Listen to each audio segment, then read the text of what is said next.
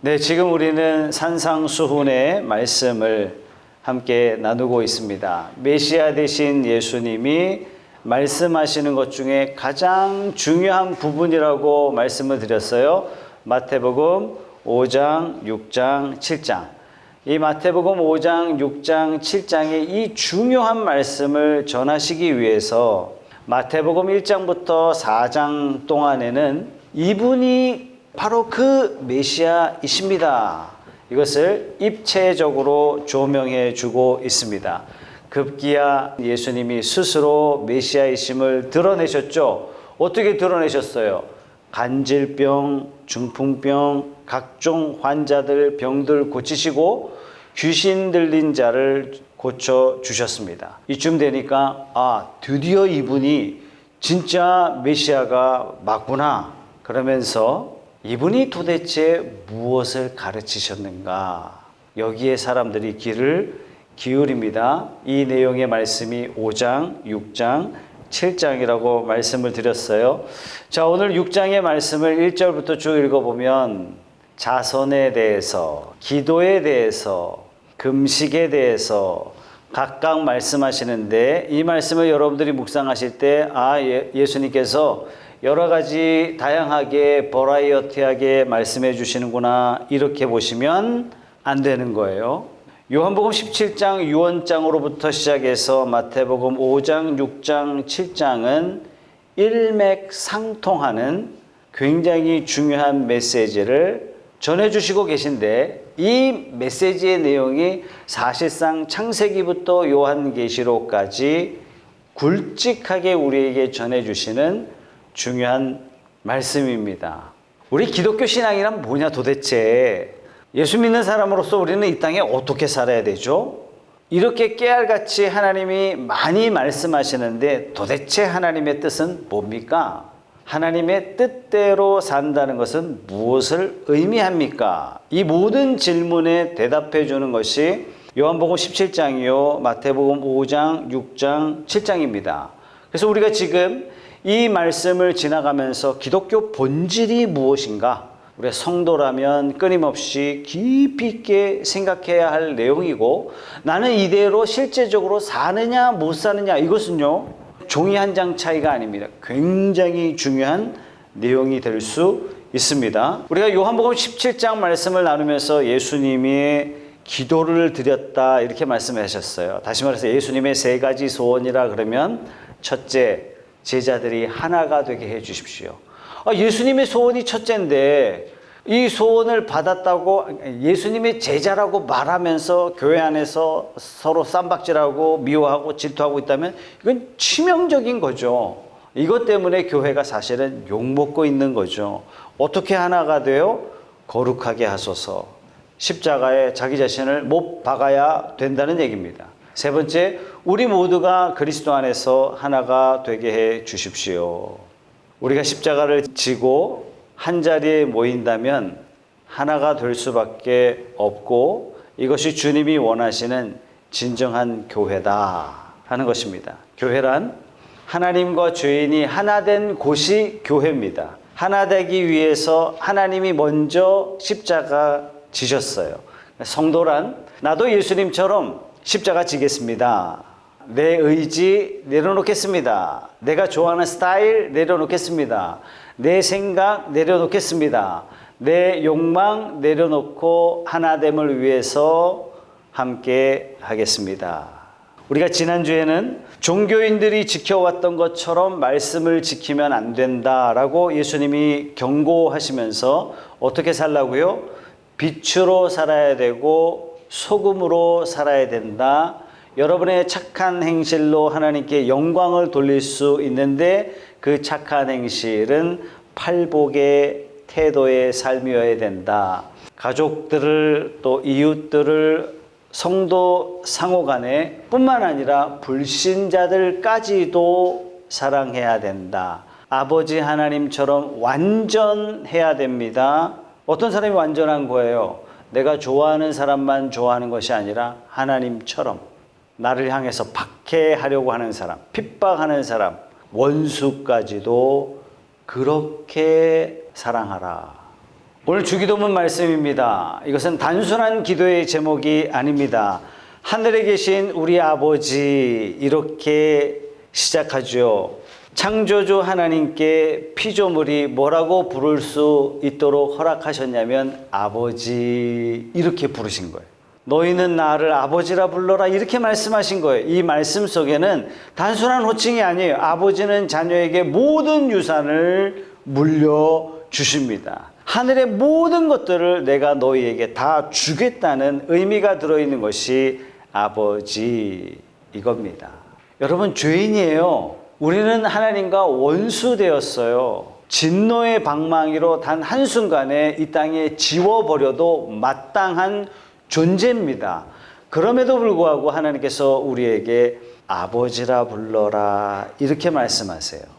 이것은 우리가 하나님의 자녀 되기 위해서 어떤 노력을 하고 최선의 삶을 살았더니 하나님께서 그래, 내가 너를 이제는 자녀로 받아줄게, 이런 것이 아니에요. 너는 그냥 내 자녀다, 이거예요. 하나님이 우리를 자녀 되게 하셨어요. 자, 이 주기도문을 통해서 우리에게 가장 중요한 본질을 가르쳐 주시고 계신데 10절 말씀 같이 한번 읽어볼게요. 시작. 그 나라를 오게 하여 주시며 그 뜻을 하늘에서 이루심같이 땅에서도 이루어 주십시오. 그 나라를 오게 하여 주십시오. 그 뜻을 땅에서도 이루어 주십시오. 여러분, 나라를 우리가 어떻게 오해하냐면 나라를 네이션으로 착각을 해요. 여러분, 나라의 3요소가 있죠. 이 3개가 반드시 있어야 나라입니다. 첫 번째는 영토가 있어야 돼요. 땅덩어리가 있어야 나라죠. 두 번째는 국민이 있어야 나라죠. 세 번째는 주권입니다. 이 3가지가 있을 때 일반적으로 나라, 이렇게 이야기합니다. 그래서 우리는 하나님 나라를 자꾸 착각을 해요. 하나님 나라 오게 해 주십시오. 그러면 우리가 어떤 생각을 하냐면 눈에 보이는 나라가 올 것이다 생각하는 거예요. 이걸 누가 이렇게 착각했어요? 유대인들이 이렇게 생각하기 때문에 계속 그들은 실패하고 있는 겁니다. 지금도 마찬가지예요.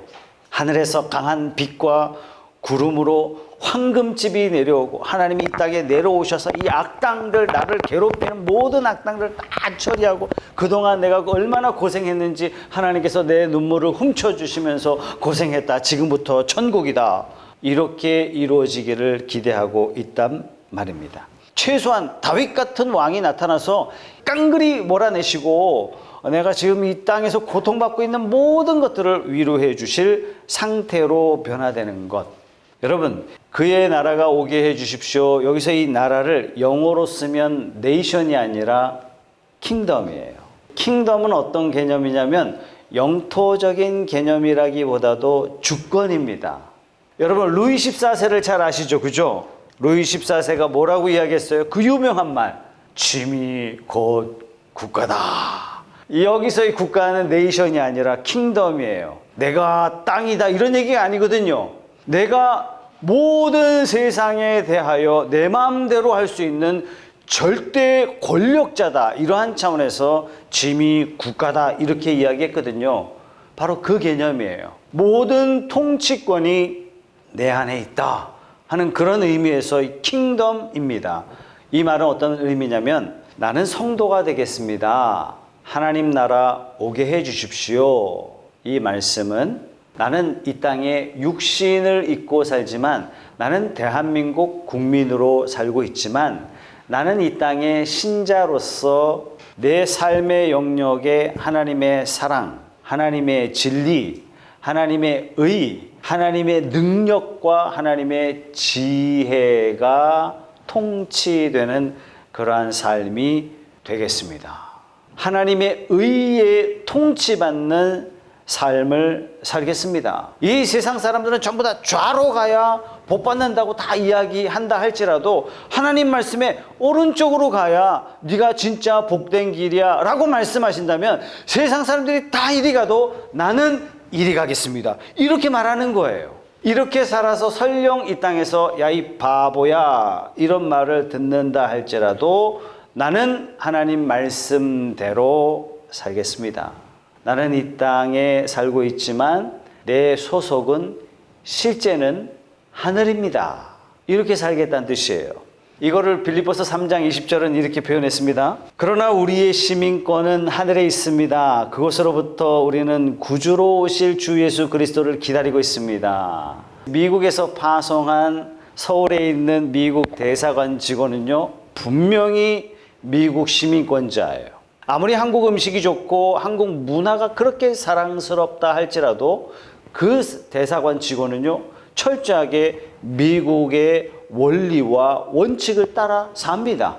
왜? 그는 미국 시민권자이기 때문에 그렇습니다. 만약에 한국의 법과 대치되면 어떤 일이 벌어져요? 그는 분명한 태도로 미국 법을 준수합니다. 이게 미국 시민권자예요. 마찬가지입니다. 우리는 한국인이면서 하늘나라 시민권자이기 때문에 내가 최종적으로 따를 수 있는 유일한 법은 어디에 있냐면 하늘에 있습니다. 이 뜻을 따라 살겠습니다. 이것이 뭐냐면 하나님 나라가 임하게 하옵소서. 하늘의 뜻이 땅에서도 이루어진 그러한 삶을 살겠습니다. 여러분, 이 세상은 어떻게 살아요? 다 자기 욕심대로 살잖아요.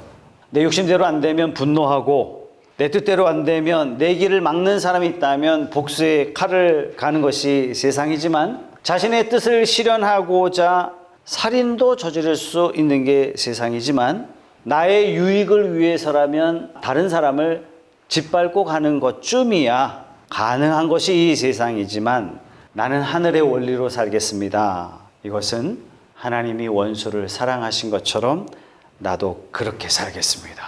세상은 악을 악으로 갚고 나는 하늘의 뜻을 이루며 이 땅에서 살겠습니다. 이런 겁니다.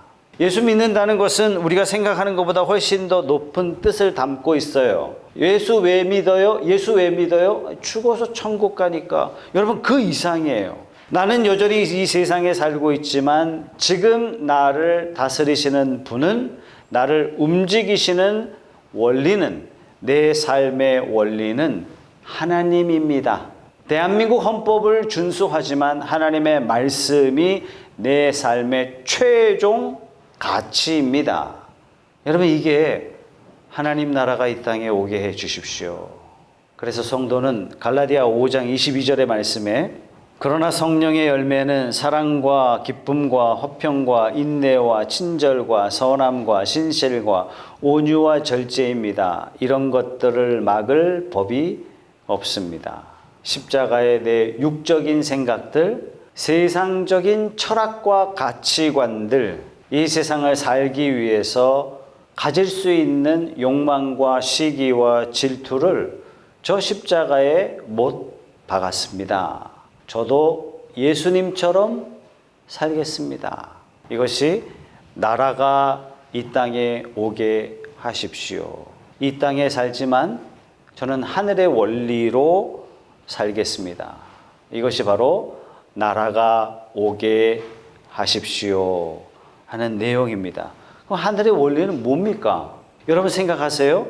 그 다음에 주님께서 가르쳐 주신 내용이 오늘 우리에게 필요한 양식을 내려주십시오. 제일 안 하고 싶은 기도의 제목이죠. 여러분, 옛날 번역 성경은요, 일용할 양식을 주십시오 이거예요. 왜 하필 오늘의 양식일까요? 사람은 유일하게 저장 능력을 갖고 있는 존재예요.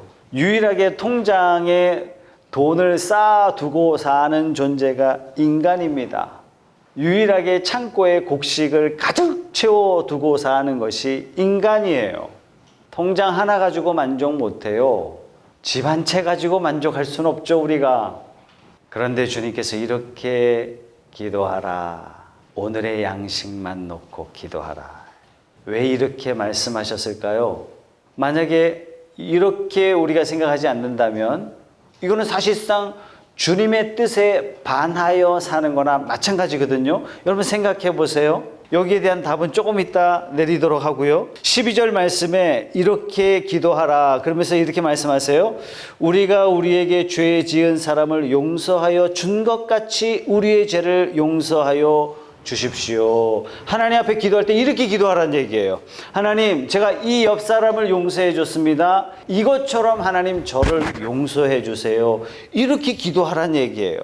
하나님이 이렇게 말씀하시는 겁니다. 네가 이웃의 죄를 용서하지 않으면 나도 너를 용서하지 않겠다. 기도 내용이 이런 내용이죠. 그죠? 마태복음 25장에 보면 양과 염소 이야기가 나오거든요. 양은 천국에 갔어요. 염소는 지옥에 갔어요. 둘 다 공통점이 양도 염소도 깨어나 보니까 천국이고 깨어나 보니까 지옥인 거예요. 천주교에서 얘기하는 것처럼 깨어나 보니까 중간쯤 어디 와 있어가지고 거기서 간절히 기도하면 이쪽으로 가고 저쪽으로 가더라. 그런 거 아닙니다. 깨어나 보니까 천국이고 깨어나 보니까 지옥이에요. 양이 묻습니다. 아니 하나님, 제가 뭘 했다고 천국이죠? 너무너무 황송한 마음으로 물어봤어요. 그랬더니 주님이 하신 말씀이 너 내가 줄일 때, 굶주릴 때 먹을 거 줬지 않니? 목마를 때 네가 마실 거 줬고, 내가 옥에 갇혔을 때 네가 와서 위로해 줬고, 네가 다 해줬지 않니? 주님, 저 그런 적 없는데요? 주님 만난 적이 없는데요? 주님이 하신 말씀이 네 옆에 있는 작은 사람에게 한 것이 내게 한 것이다. 염소가 깨보니까 지옥인 거예요. 아니 주님, 제가 왜 지옥입니까? 내가 교회에 봉사한 게 어딘데, 충성한 게 얼만데. 주님 하신 말씀이 너 내가 줄일 때 무관심했지. 너 내가 목마를 때 관심 없었잖아. 내가 굶주렸을 때 넌 쳐다도 안 보더라. 그랬더니 염소가 하는 얘기가 있죠. 아니 내가 주님 만났어야 그렇게 해드리죠. 주님 만났더라면 내가 재산을 털어서라도 최고급 승용차로 주님 다 모시고 기장 바닷가 최고의 음식점으로 주님을 모셨을 텐데, 아니 주님이 나타나셨어야 내가 좀 해드릴 거 아닙니까? 너 네 주변에 작은 사람에게 한 게, 그들이 굶주릴 때 너 외면했지. 그들이 아파할 때 관심 없었잖아. 그게 바로 나다. 여러분, 나라가 임한다는 말씀, 뜻이 하늘에서 이루어진 것처럼 땅에서도 이루어지게 해 주십시오. 그럼 그 뜻이 도대체 뭡니까? 도대체 무엇이 땅에 이루어져야 되겠습니까? 여러분, 이거 명확하게 하지 않으면요, 다 두리뭉실이에요. 대충 좋은 것들이 땅에서도 그냥 좋게 이루어졌으면 좋겠습니다. 이렇게 된단 말이죠. 여러분, 불교를 뭐라고 얘기해요? 자비의 종교라 그래요. 그러면 기독교를 뭐라고 이야기합니까? 통칭해서 다 사랑의 종교라고 그럽니다. 자, 그러면 하나님의 사랑이 이 땅에 십자가로 임했습니다. 그러면서 이 땅에 십자가로 임하면서 이것이 바로 하늘의 뜻이 땅에서도 이루어진 게 된 거죠. 우리도 십자가로 살게 해 주십시오 하면서 하늘의 뜻이 땅에서도 이루어지게 해 주십시오. 여러분, 언제 이혼을 많이 하냐면 통계청의 발표가 3년 미만의 가정이 이혼율이 매우 높다, 이렇게 나와요. 왜 그럴까요? 사랑을 다 판타스틱하게 생각하는 거예요. 사랑이란 블링블링하다. 그동안 나 외롭게 혼자 살았는데 같이 살아보니까 도와주는 사람이 있고 블링블링하다. 사랑을 잘못 이해했기 때문에 결국 이혼 도장 찍고 마는 겁니다. 여러분, 사랑은요, 십자가 지는 겁니다. 여러분, 교회에서 사랑합시다 이 말은 우리끼리 좋아하란 그런 뜻이 절대로 아닙니다.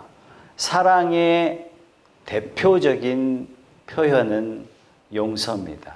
하나님은 사랑이십니다. 이 말씀은 우리는 늘 범죄하고 배반하고 하나님을 등지고 세상을 향해 가지만, 이 인간은 하나님 앞에 죽어 마땅하지만 하나님은 끝까지 용서하시는 거예요. 또 용서하시고 또 용서하시고, 계속해서 하나님이 우리에게 보여주시는 사인은 용서하시고 용서하시고 용서하시다가 결국에는 하나님이 대신 죽어주시잖아요. 몰라도 좋다. 내가 형벌 대신 받을게. 제발 알아다오. 하나님은요, 우리에게 끝까지 사랑을 보여주셨는데 그것이 바로 용서하시고 용서하시고 용서하신 겁니다. 예수님께서 우리에게 주기도문을 가르치시면서 13절 말씀에 우리를 시험에 들지 않게 하시고 악에서 구하여 주십시오. 여러분, 성도들이 시험에 들 내용이 굉장히 많죠. 도대체 무슨 시험인가요? 도대체 무슨 악일까요? 아유, 목사님 많죠. 여러 가지 시험이 있죠. 주일날 교회 안 오고 싶은 시험. 시험이 오잖아요. 안 가고 싶다. 갑자기 헌금하려고 그러는데 밑장 하나 빼고 싶다. 이런 시험이 있잖아요. 그죠? 그런 시험이 아니고요. 주기도문에서 말씀하시는 시험과 악에 빠지지 않게 해 주십시오. 이것은 뭐냐면 용서하고 싶지 않은 시험이에요. 나한테 어떻게 이럴 수가 있어? 아니, 그럴 수 있어요. 나도 그랬어요. 나는 그 사람에게 일편단심 참된 사랑만 보내주고 그 사람은 나한테 배신을 한 것 같지만 그렇지 않습니다. 왜 나만 괴롭혀? 아니요, 나도 괴롭혔어요. 나는 그 사람을 더 괴롭혔어요. 이번은 용서하지만 한 번만 더 그러기만 해봐. 이것은 용서가 아니라 가중처벌이라고 말씀을 드렸죠. 여러분, 용서란요, 그 사람의 허물을 완전히 잊어주는 겁니다. 나한테 잘못하지 않은 상태로 내 마음을 갖다 놓는 겁니다. 거기까지 내 마음을 돌이키겠다, 이렇게 하는 겁니다. 내 앞에 잘못한 사람을 있는 그대로 다 받아들이기로 결심하는 겁니다. 여러분, 왜 일용할 양식만 구하라 이렇게 명령하셨을까요? 우리 안에 있는 모든 갈등과 미움과 다툼은 다 어디서 비롯되냐면요, 다 탐심이에요. 다 탐욕이에요. 우리의 모든 고민과 갈등이 다 욕심에서 비롯되는 것입니다. 내가 지금 관계에서 불편한 건 본질 그 깊숙한 곳으로 들어가 보면 이기심입니다. 이 이기심의 덩어리, 욕심을 내려놓을 때 우리가 가능해져요. 그래서 주님께서 우리에게 너 더 이상 욕심 부리지 말고 오늘의 양식만 만족할 수 없겠냐. 이기심을 잔뜩 가진 채로 용서할 수 없고 이기심이 가득한 상태로 하나가 될 수가 없다. 너의 이기심을 십자가에 못 박아라. 오늘의 양식만 구하라. 여러분, 주기도문은 주님께서 가르치신 기도 핵심입니다. 이 기도 핵심의 핵심은 뭐냐면 용서예요. 예수님께서 메시아로 이 땅에 오셔서 수많은 사람들에게 버라이어티한 말씀을 이런 얘기도 하시고 이런 얘기도 하시고 저런 얘기도 하시고 그렇게 말씀하신 게 아니라 산상에 사람들을 모아놓고 딱 한 가지를 말씀하시는 거예요. 용서를 말씀하시는 거예요. 지금 네가 누군가 생각하면 원망스럽고 시기가 되고 질투가 되고 그 사람을 무시하고 싶고 그 사람 얼굴만 떠오르면 손이 바르르 떨린다면 엉터리 신앙하고 있는 것이다. 십자가가 정말 무엇인지 모르고 있는 것이다. 이렇게 말씀하시는 거예요. 하나님의 사랑이 어떤 건지 너 모르고 있다. 제발 하나님을 깊이 알아다오. 이렇게 말씀하시는 겁니다. 예수님 생애를 통틀어서 그분이 하신 일은 우리가 어떻게 표현하냐면 복음이다. 이렇게 얘기해요. 그 복음이 뭐예요?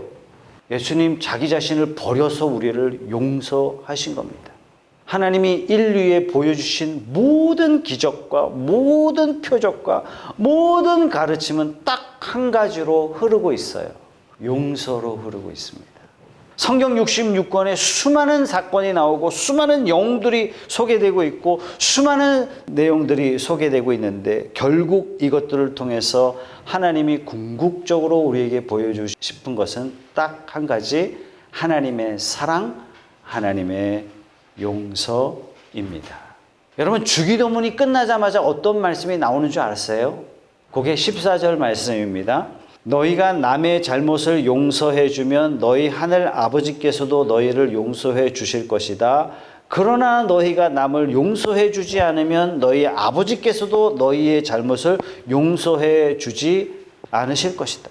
여러분, 주기도문의 핵심은요, 딴 데 있는 것이 아닙니다. 하나님의 나라를 이루어라. 그 나라가 어떻게 이루어져요? 사랑으로 이루어져요. 그럼 어떻게 사랑해요? 딱 하나예요. 무조건 용서하는 거예요. 어떻게 용서해요? 덮어놓고 해. 덮어놓고 해. 하나님 그렇게 우리에게 말씀하세요. 어느 정도로 우리에게 강조하세요? 네가 그 사람을 용서 못하면 나 너 용서 안 할 거야. 하나님이 단도직입적으로 이렇게 말씀하시는 거예요. 여러분, 오늘날 우리의 신앙생활이 너무 심플해졌어요. 너무 위기에 직면해 있습니다. 수많은 시간을 사회생활 속에 보내다가 잠깐 예배 드리는 걸로 끝났어요. 이 코로나 때문에요. 교회 안 가도 돼. 그냥 영상만 봐도 돼요. 그냥 그걸로 끝나버렸어요. 이 코로나 이제 잠잠해졌고 식사도 해도 되고 모여도 되고 마스크 벗어도 됩니다. 다 오세요. 뭐 하러 가요? TV 틀면 되는데 뭐 하러 가요? 그냥 스마트폰 키면 그냥 예배 드리면 되는데 관계할 것도 없고 갈등할 것도 없고 미워할 것도 없고 용서할 것도 없고 당연히 사랑할 것도 없는 거예요. 언제든 교회 떠날 수 있고 언제든 교회 바꿀 수 있는 상황으로 직면했습니다. 저는 한국교회 굉장히 위기다. 저는 그렇게 봅니다. 그런 의미에서 가정교회 목장 모임은 우리 삶의 성도 간의 교제를 내 삶의 중심으로 끌고 오는 겁니다. 여러분, 한 주간 목자가 목원들을 가정에 초청을 금요일 날 하고 목요일 날 하든지 그렇게 하기 위해서 모든 신경이 거기다 가 있어요. 아니, 돈 언제 법니까, 목사님?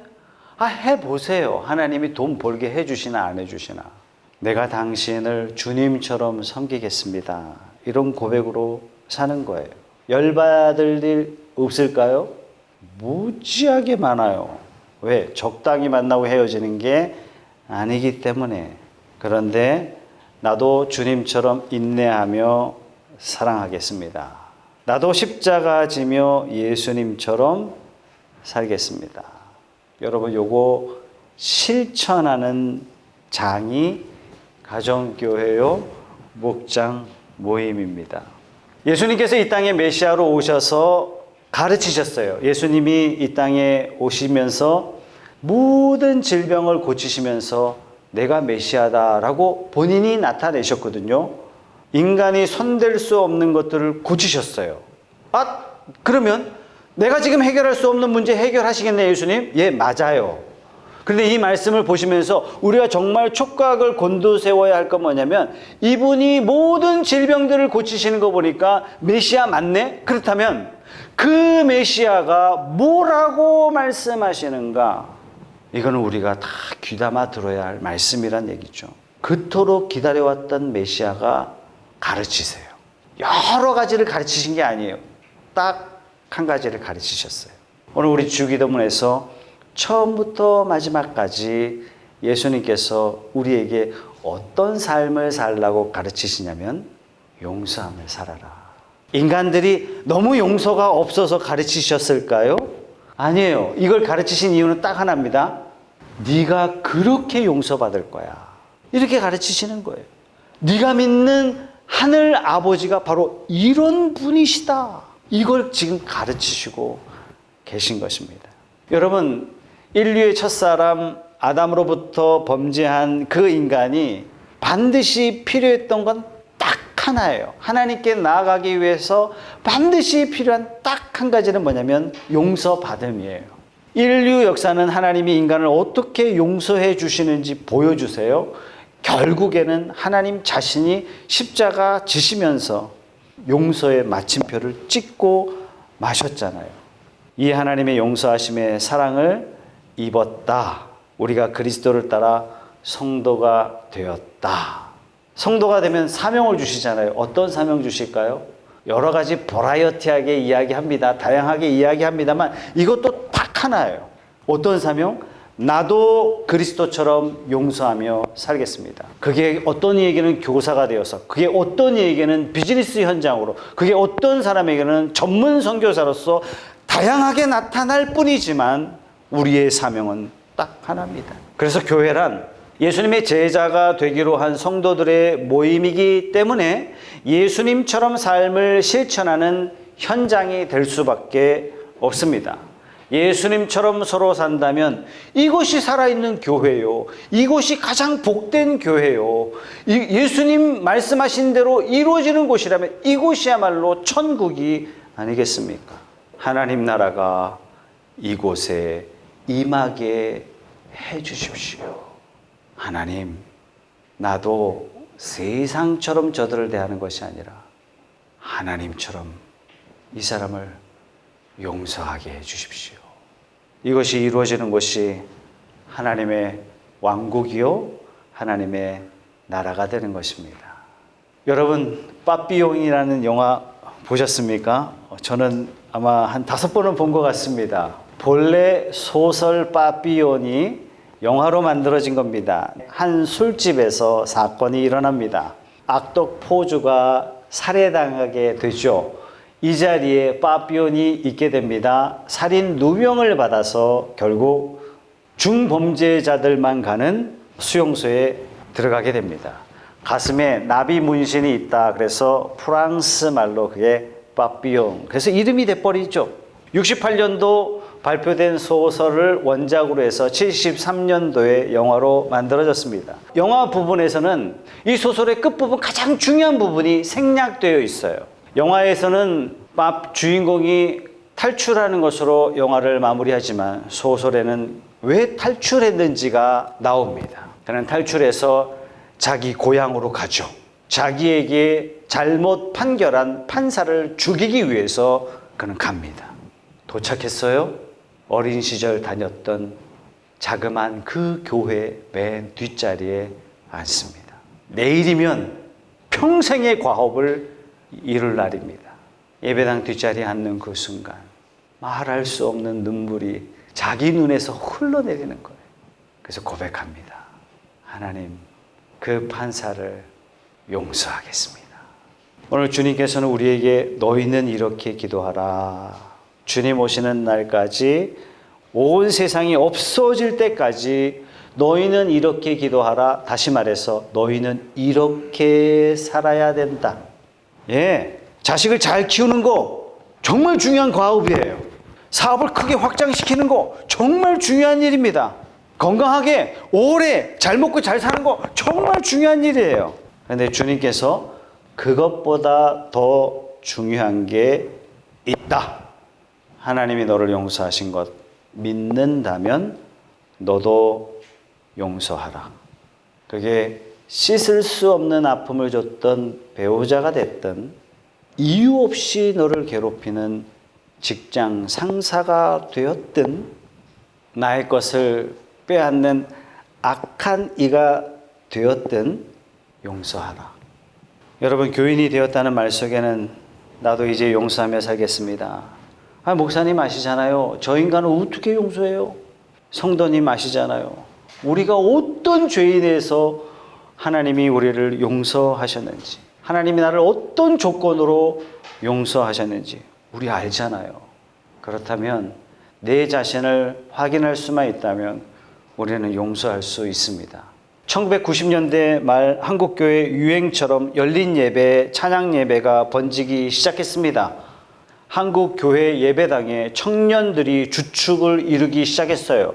청년들이 나와서 찬양하고 드럼이 한국교회에 보급되기 시작했고 청년 스타일에 맞는 현대적 음악들이 교회에 등장하기 시작했어요. 젊은이들이 교회에 몰리기 시작했습니다. 그때 제가 청년 담당했습니다. 한 청년이 저한테 불평을 쏟아내요.